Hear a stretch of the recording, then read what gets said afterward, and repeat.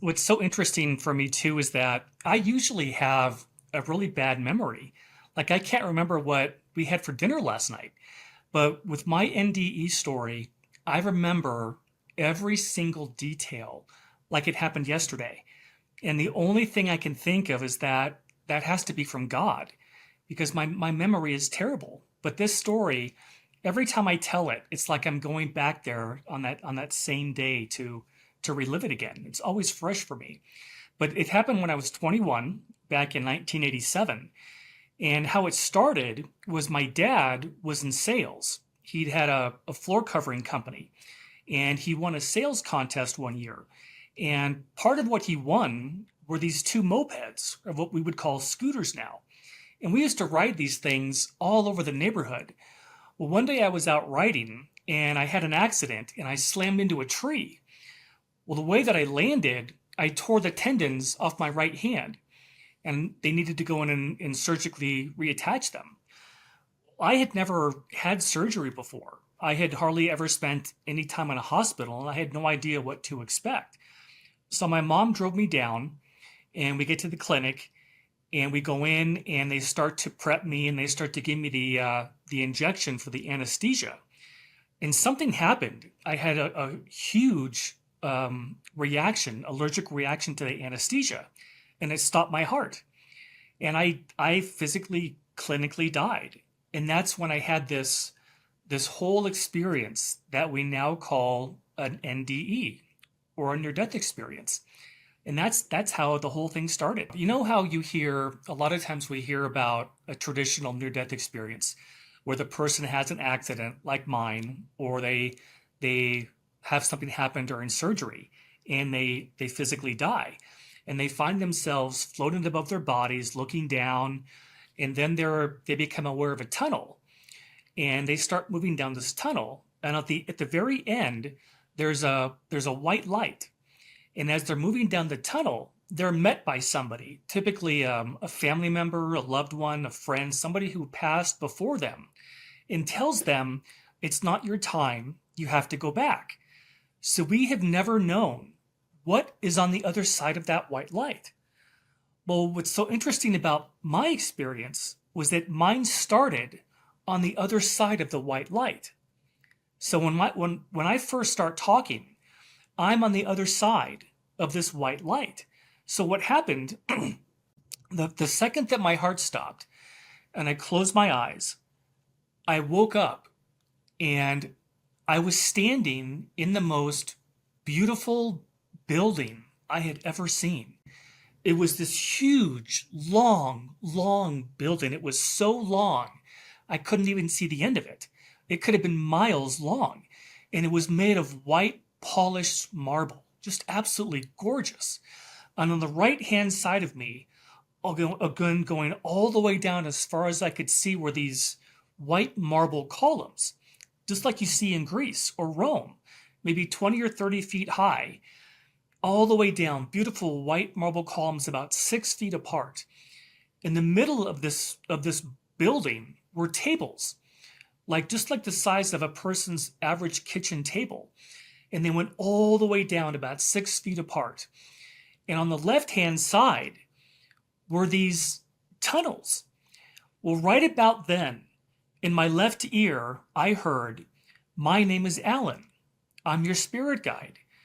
Well, I didn't know anything about what a spirit guide was. I had no idea. Nobody had ever talked about that back in, the mid 1980s.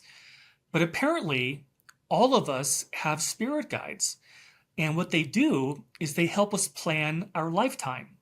They help us create the experiences that we want to have to learn what we want to learn. And they're with us throughout our entire lifetime. Well, what happened is Alan, my guide, was with me during my entire process of this NDE, and he was telling me everything that I was seeing. So that's how I was able to remember everything so well. He told me everything in my ear. Well, he told me that the building that I was in is called the Orientation Center. Remember when I just mentioned those tunnels? They looked like they had been cut out of solid marble, like perfect 90-degree doors. But they were black. It was like looking into space. And again, go as far down as you could see. And my guide said, look at the next tunnel.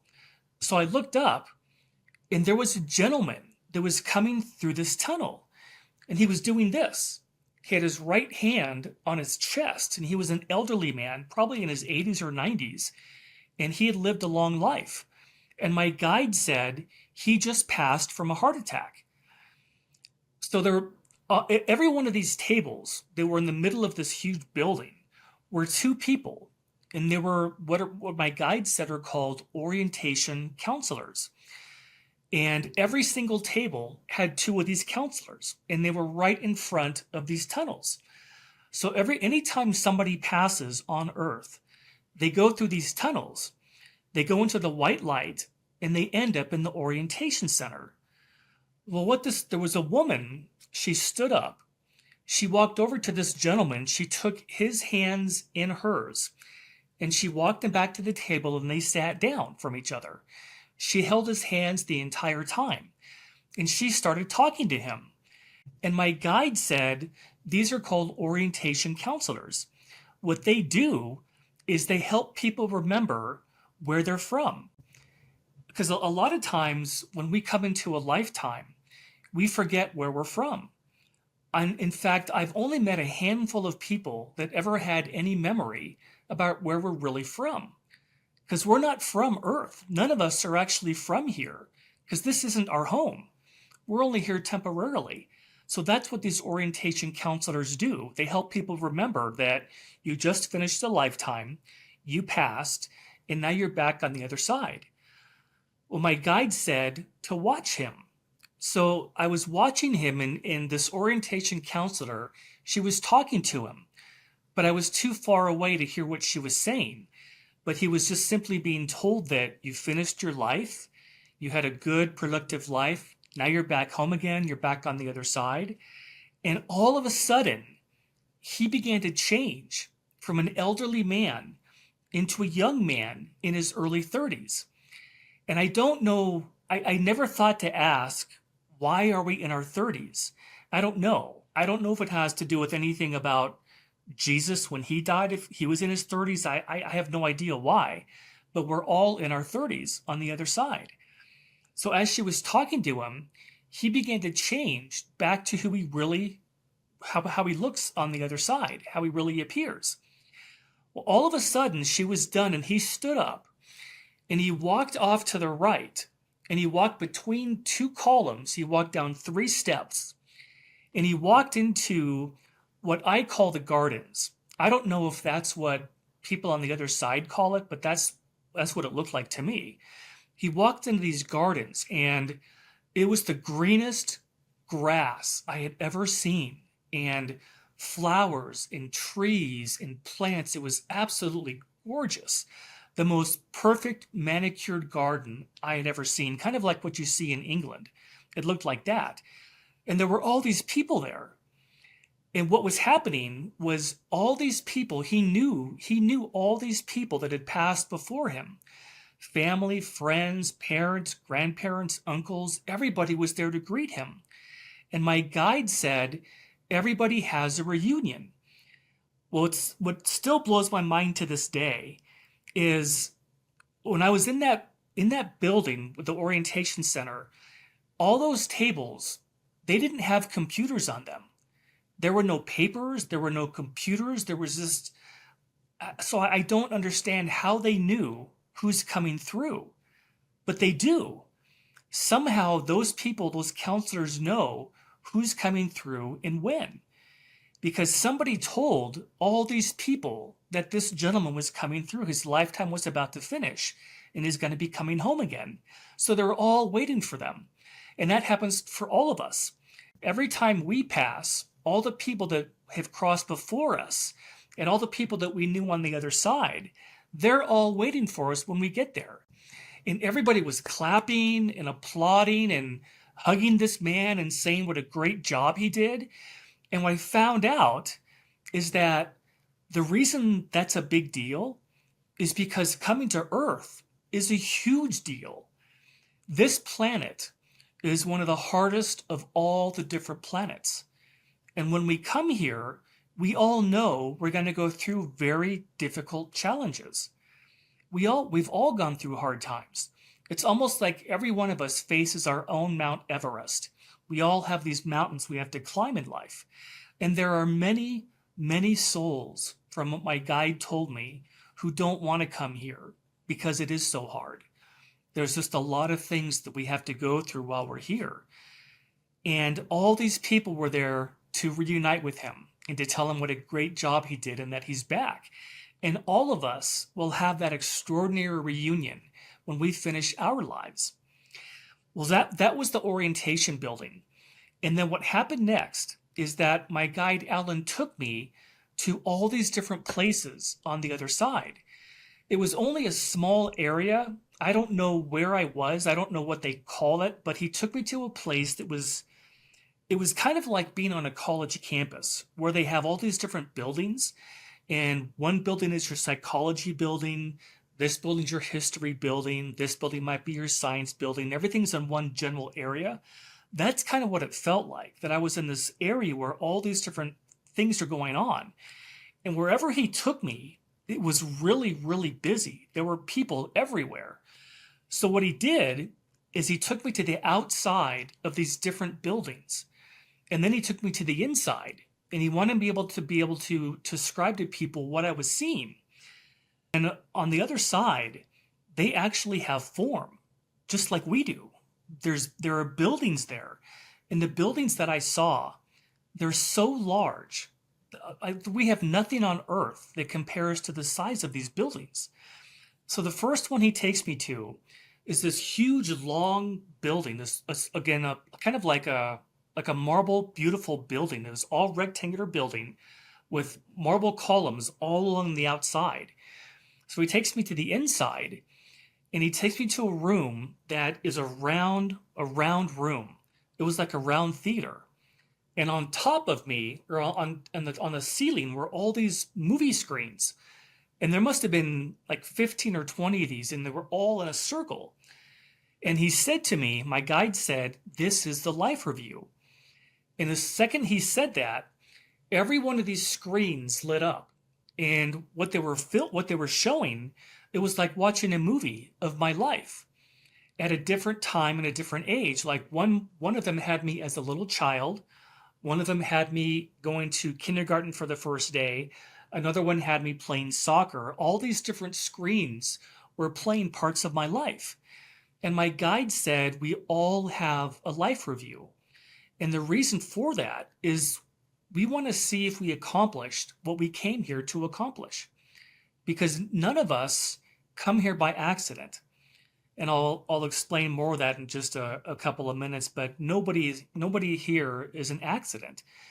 Well, what's interesting about the life review is that as you're watching these different screens, you can feel how your behavior affected somebody else. And there was an incident that they were playing where there was a kid named Troy who was in our elementary school. And he had something wrong with his legs, and he had to walk with crutches. I think it was cerebral palsy or MS, something like that. And he fell one day in the playground. So I ran over to him, helped pick him up, helped him get his crutches back on. And I never thought anything about that. Like it was just anybody would do that. It's no big deal. Well, when I was watching the life review, I could feel how that action made him feel. I was like, oh my gosh, I had no idea. So it shows you the good things that you did, so you know you had an impact with people's lives. But it also shows you anything you may have done that hurt somebody. Because nobody gets away with anything in God's mind. So if you hurt somebody, you actually have to feel how your actions made them feel.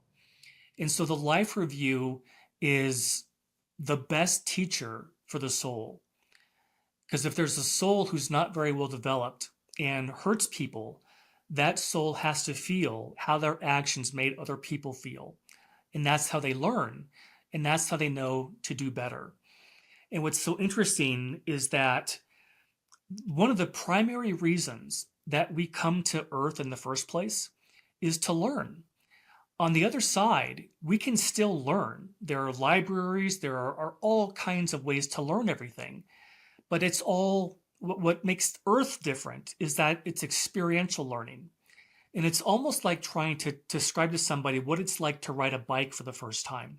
You can tell everybody what it's like, but until you do it, you don't really know what it's really all about. And on the other side, our lives over there are the only way I can describe it is it's like they're perfect. There's nothing to work through over there. There's no hunger, there's no mental illness, there's no homelessness, there's no war, there's no disease, there's no aging, there's no death. It's a perfect world.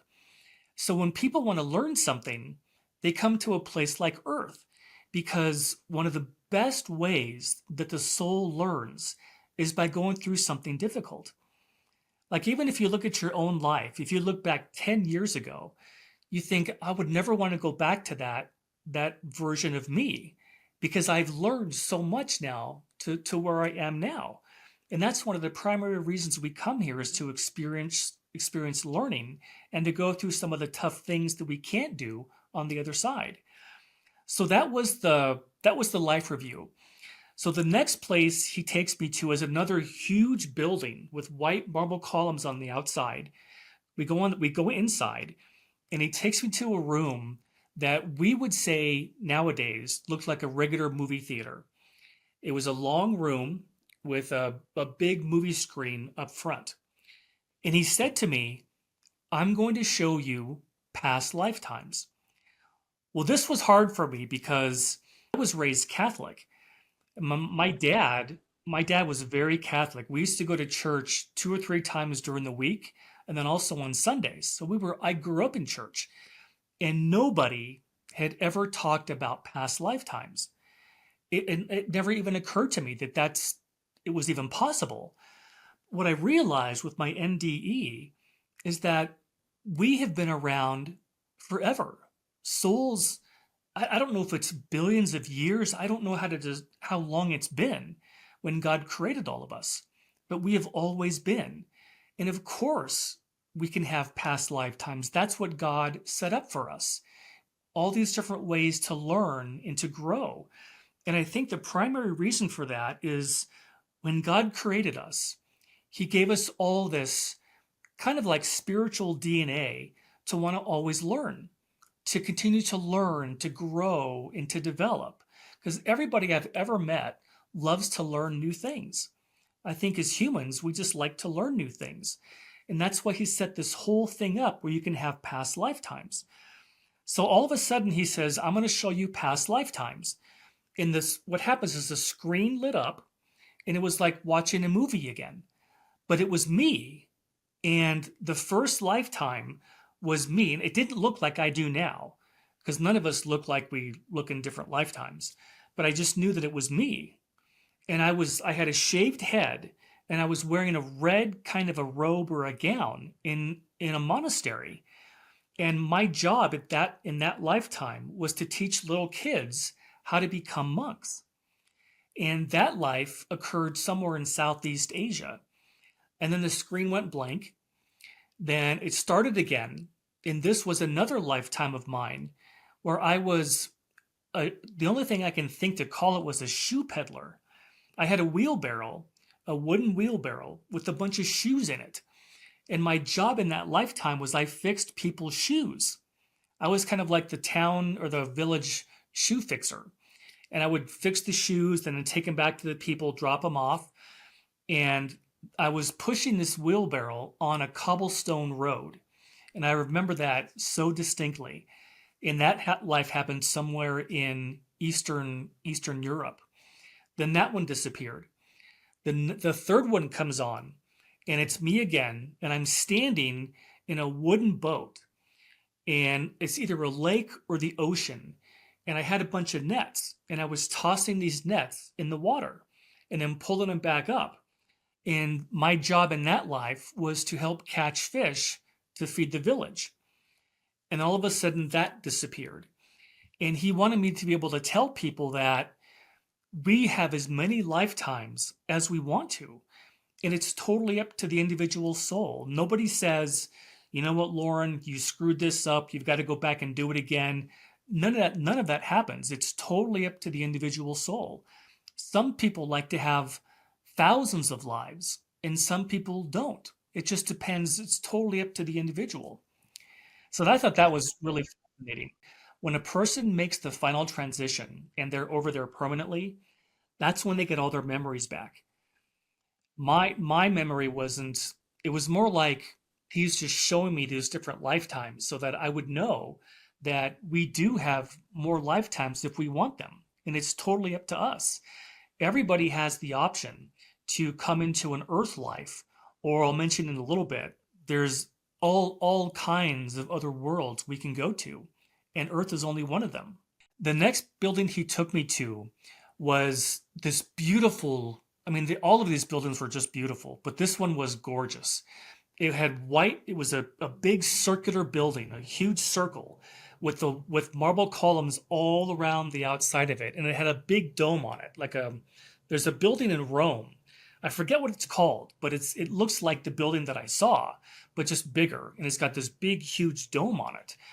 And apparently, and I don't know why this is true, but anytime that we want to plan a lifetime, we go to this building to plan our lives. So we go on the inside, and my guide walks me up to a table. Again, it's a marble, white, gorgeous table. And there's a scroll on this table. Have you ever seen those like Egyptian papyrus scrolls? They're kind of brown Yes. coloring. That's what this looked like. It had a blue ribbon around it.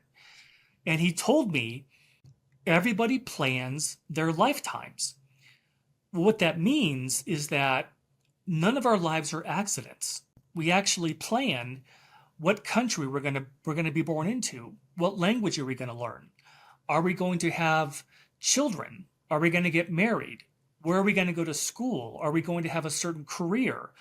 And on these scrolls, every one of us has a scroll that we write all these things down about what we want to do for a lifetime. So I took the ribbon off this scroll and I unfolded it like this on the table. And I immediately could see that it was black lettering and it looked like calligraphy. You know the kind of writing that when you were a kid, you have those ink wells and those ink pens and you kind of write out on these scrolls. That's kind of what it looked like. And he explained to me that we all plan all the major events of our lifetime. And when I went to try to read the scroll, because I wanted to see what was on it, it folded up again. And I wasn't able to read it. And I think the reason was because if I had known some of the things that I planned, I may not have gone through with that because we all have these different reasons for coming here, and it's to learn lessons. Well, right about then, I looked over to my right, and there was this huge wall full of scrolls. And I realized that every single person that was having a lifetime on Earth back in 1987 had a corresponding scroll on these walls. And when we finish a lifetime, we go through the reunion, we go through the life review, we can go back to this building, we can get our scroll off the wall and look at it and see if we accomplished what we wanted to accomplish. That's the whole reason we write all these things down on these scrolls. Well, I also looked at that point, I looked over to my left, and when I looked to my left, there was this huge sprawling window, and I could see outside, and there was a walkway. And this is the first time that I saw all these different people. And this walkway was full of people walking back and forth. It was almost like, you know what it's like to go to a big city at lunchtime and you see all these people walking around? That's what it looked like. And they look just like we do. Everybody looks just like us. They have either brown hair, blonde hair, red hair. I mean, every race was there, every ethnicity. And on the other side of this walkway, I saw the most beautiful lake. To this day, I've never seen anything on earth as beautiful as what I saw. It was a round lake, beautiful round lake. And it was so still, it looked like glass. And I could see the bottom of the lake. It was that clear. And all around the whole circumference of this lake were these weeping willow trees. They had all their leaves floating on the surface of the lake. It was Oh, absolutely breathtaking. And my guide said to me, he said, everything you like to do here on earth, you can do on the other side. The other side has mountains, oceans, lakes, rivers, plains, meadows, and everything that you like to do here, we can do over there. And I thought that was so fantastic because so many people are afraid that nothing happens when we die, but that's not true. What's so interesting about life on earth is that when you get back to the other side, it feels like you just left because they don't have the same type of experience with time that we do. On the other side, when a person plans their life, it makes it feel like they're going to be gone for 3 or 4 months. But when we get here, we might be here for 70, 80, 90 years, and it feels like a really long time. But when you get back, it doesn't feel like that. So that was the part about oh, I forgot. I want to tell you something too. This is something that really blew my mind. You've probably heard the term soulmates, right?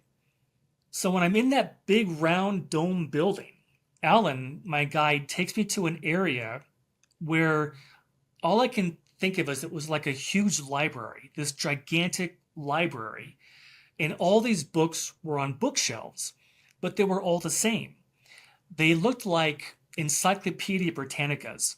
They were all kind of purplish, kind of purple color or maroon.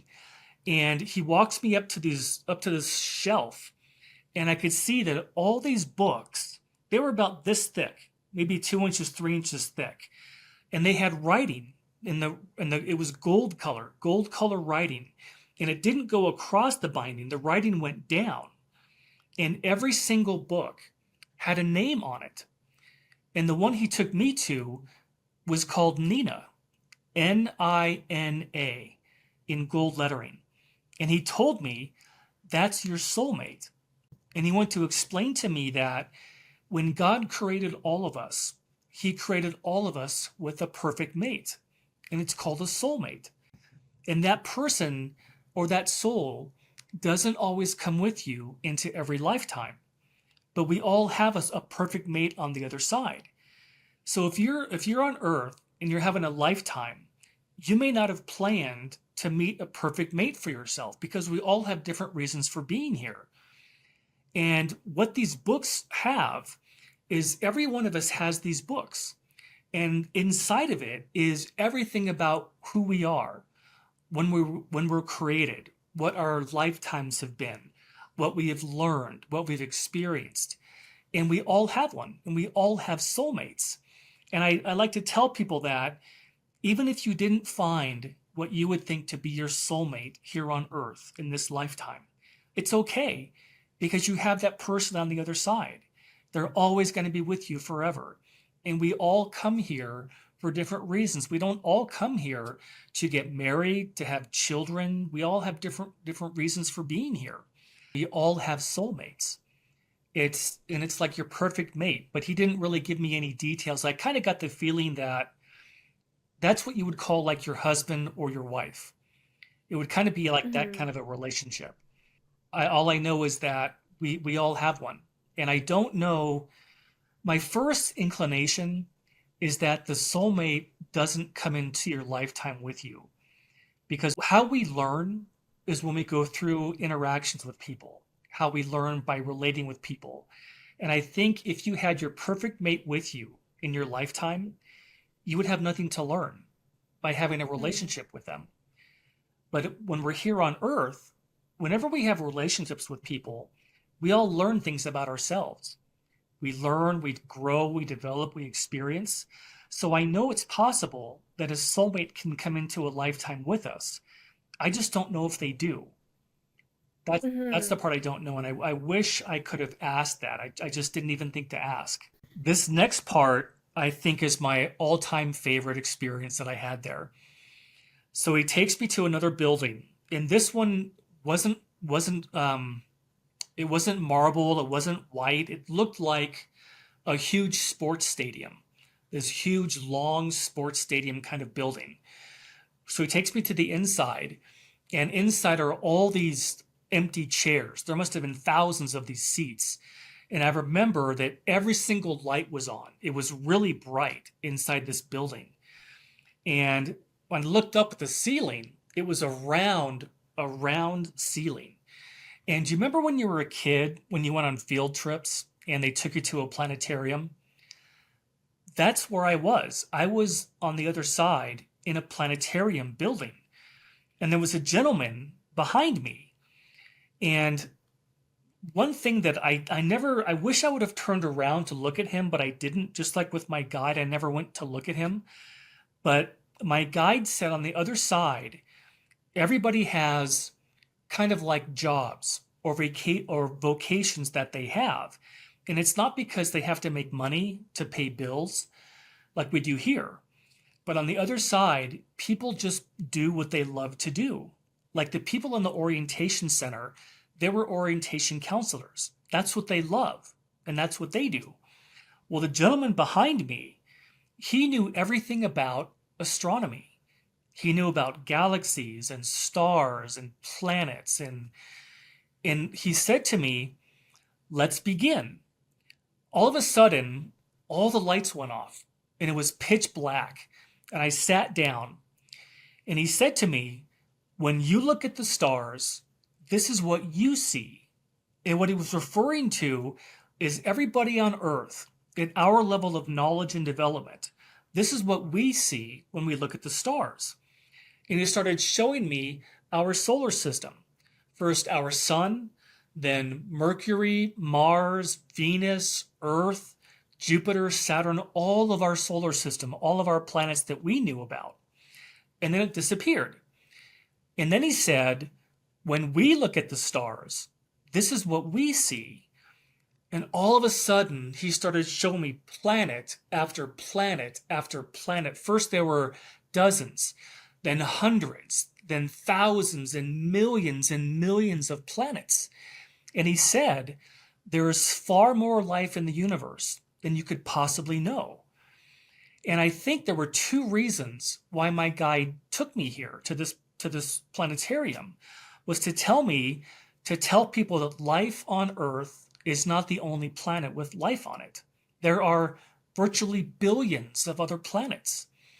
And then the second reason is that he wanted me to tell people that Earth is not the only planet that we can have lifetimes on.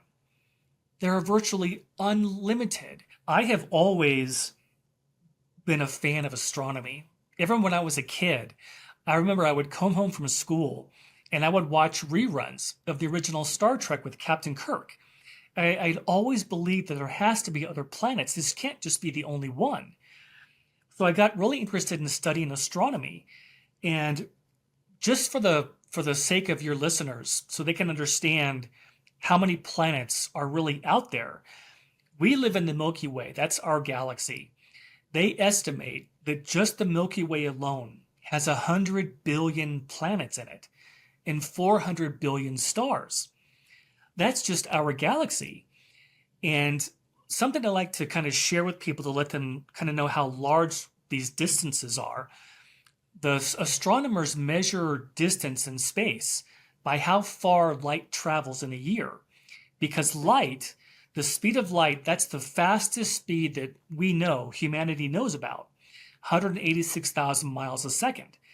Well, if we had a spaceship that could travel at the speed of light, and we took that ship on one end of our galaxy and let it go at the speed of light to get to the other end of our galaxy, it would take 99,000 years to get there. That's just our galaxy. And one of the quotes that I just love the most is from Carl Sagan. You may not have heard of him. He was an astronomer, and he was the first to say that there are more planets in the universe than there are grains of sand on planet Earth. And that's just like, oh my gosh, I can't even imagine what that's like. So that was my favorite part, I think, of my NDE. I think it's unlimited in terms of how many planets we can have lifetimes on. And that's something that God did. He created all these different worlds that we can have lifetimes on. So we can spend eternity learning and growing and developing in all these different ways.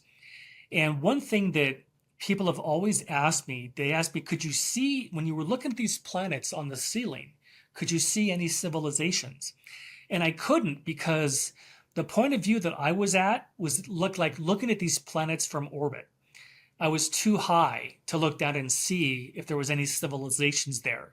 But I just knew that these planets had life forms very similar to ours. They all have their own evolutionary scheme. They all have their own development. There are some planets who are far more advanced than us, and there are other planets that are less advanced, that don't have as much technology. And all the different levels of advancement are all over the galaxies, all over the universe.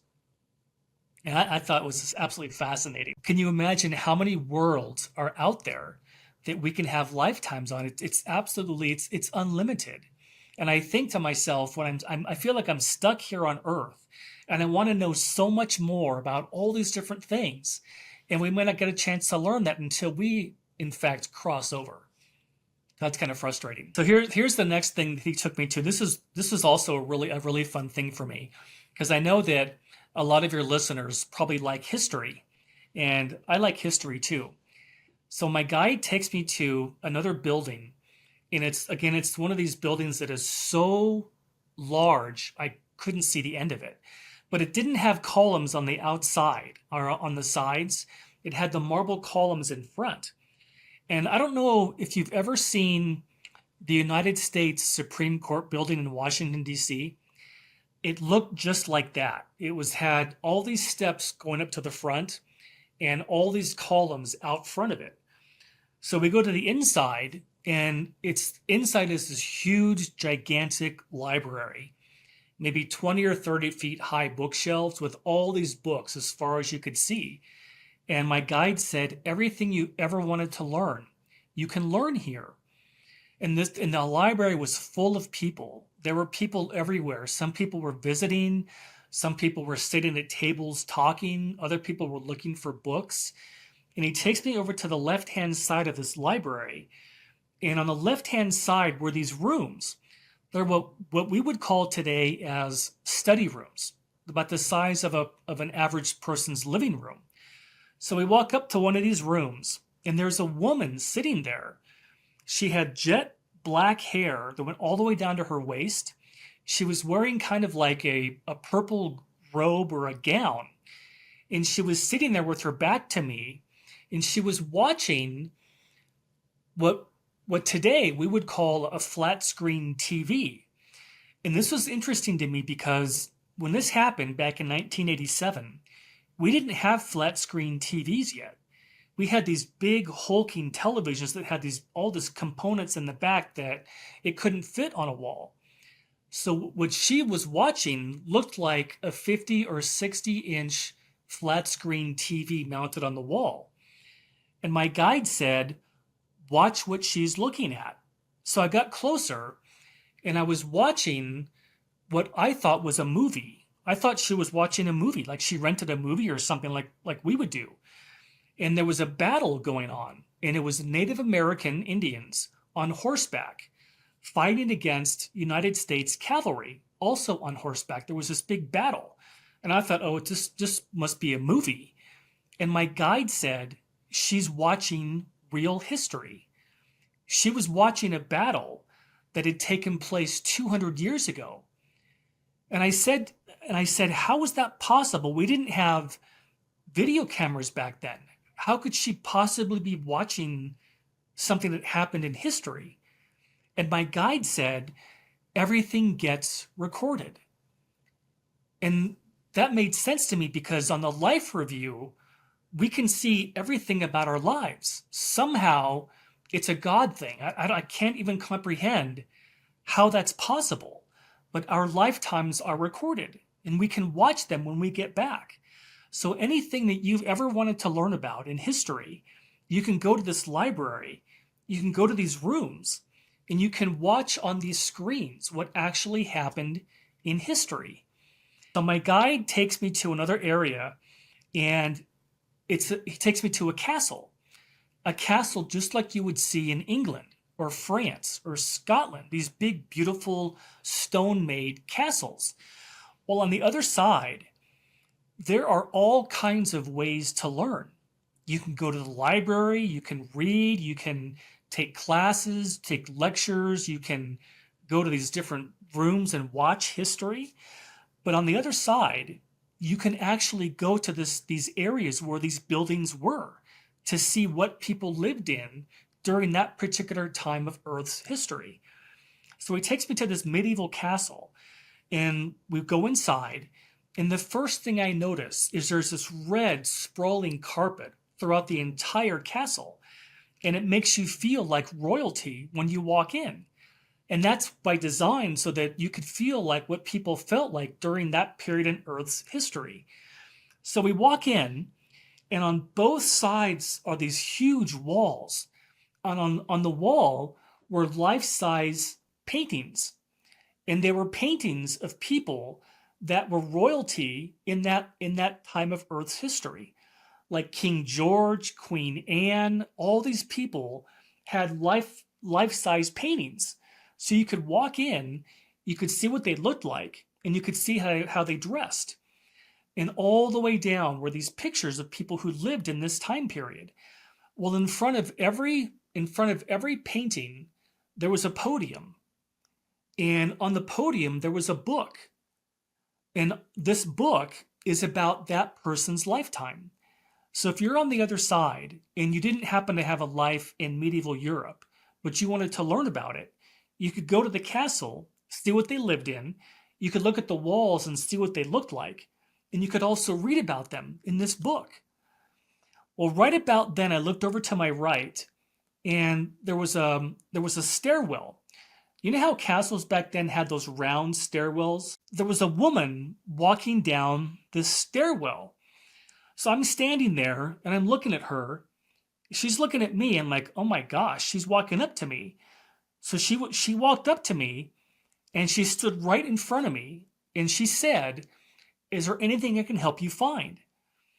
And Lauren, I said the stupidest thing I could ever say. I said to her, no thanks, I'm just looking. And my guide told me on the other side, what she loves to do is study history of medieval Europe. So you could come to the castle and you could ask her any questions you have about that particular period of Earth's history. She's like what we would call a professor on Earth. That's what she does on the other side. She loves history. So here's the very last part now of my NDE. So we leave the castle, and Alan takes me to a meadow. It was the most beautiful meadow I have ever seen. It was a perfect day. The sky was blue. The meadow was green, rolling hills. And then he left.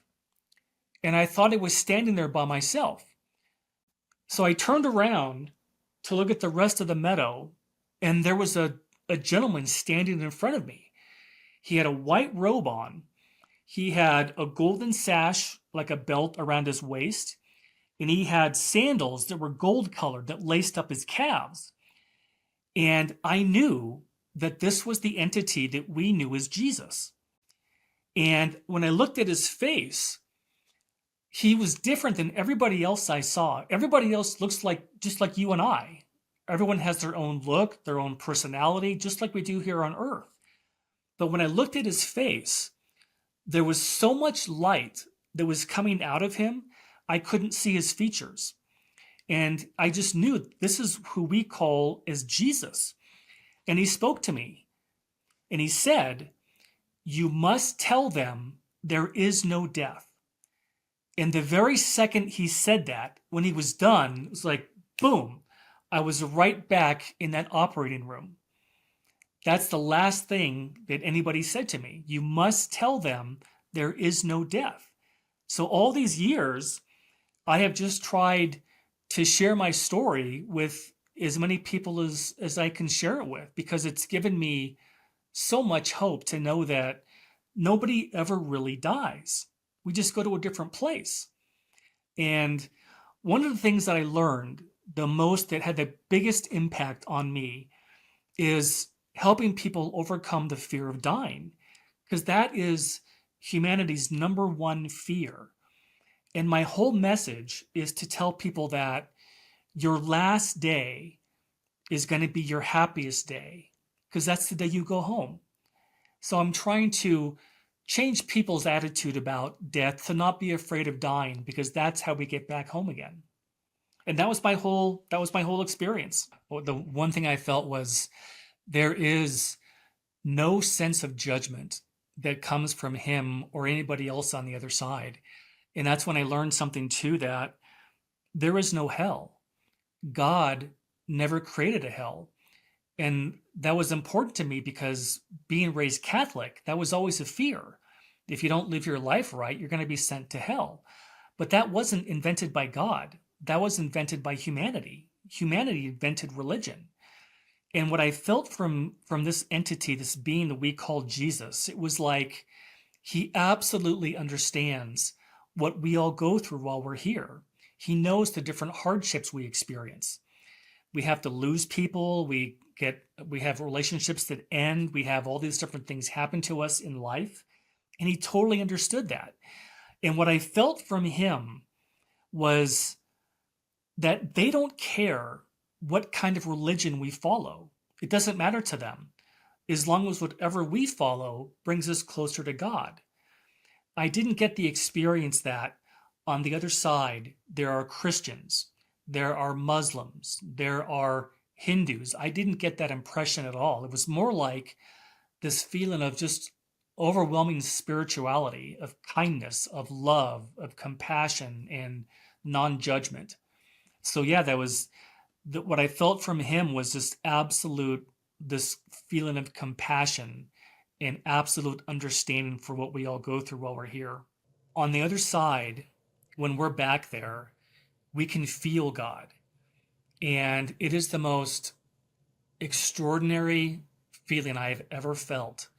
Because when you come to Earth, it feels like when we get here that we're in a battle and we're in a foxhole without a radio. We feel cut off. But on the other side, when you're there, you can feel how much God loves and cherishes every single one of us. It's the most extraordinary feeling. In fact, when I got back and realized what had happened, because I did not understand how was I supposed to live the rest of my life here, knowing what it's like over there. This feeling of absolute joy and peace and love, and I just couldn't figure out how was I supposed to do it. Well, and I went back and I thought about what Jesus told me. And he didn't say, you know what, John, when it's convenient for you, when you have time, when it's not a problem, would you mind sharing this, what we showed you? It wasn't like that. He said, you must tell them there is no death. So I just got in my head that, okay, the other side just told me what I'm supposed to do with my life. And I have to do what they say because I don't want to get in trouble. I don't think you can hide from Jesus on the other side, Animals actually make the transition just like we do. In fact, when I was over there, I saw two cats that I had growing up when I was a child. And they have souls just like we do. All of our animals, all the animals that we've ever loved, horses, dogs, cats, whatever animals you loved, they also make the transition. So when you get there when you get in the orientation center and then you go to the reunion, all your animals are there also. They're all waiting for you. And I thought that was extraordinary because I know a lot of us, our whole lives, we've always had animals. And they make the transition too. They have souls just like we do. And that's extraordinary because you realize that God created little companions for us that we call animals that are with us forever. I know we miss them, but think of, it's just going to be great when we get back and we get to see them again. We never have to lose them again because nobody says we have to come here. It's totally up to the individual. But the thing that's so fascinating is that when you come into a lifetime, what we come here for is the whole purpose of learning and developing. Because when you're here, you experience the things that you can't on the other side. And when you finish your lifetime, what you take with you, what we all take with us, is everything that we learned. And just imagine, like, everything that you've learned up to this point in your life, if you were to cross, let's say you cross tomorrow, everything that you learned, that becomes part of you, and that you'll have that forever. There was a great line in the movie Gladiator. I don't know if you ever saw that movie with Russell Crowe. There's a battle going on. Right before the battle starts, he says to his troops, what we do in life echoes in eternity. So everything that you experience, all the hardships, all the pain, all the heartache that we all go through, there's a reason for it, because it makes us better. It makes us who we are. And when you cross over and you go back home again, it's like you have all of those experiences with you that have made you more. And you think, okay, everything that I've learned made that lifetime worthwhile. I learned a lot from it and I became more. But it's totally, nobody ever says we have to go back. It's totally up to us.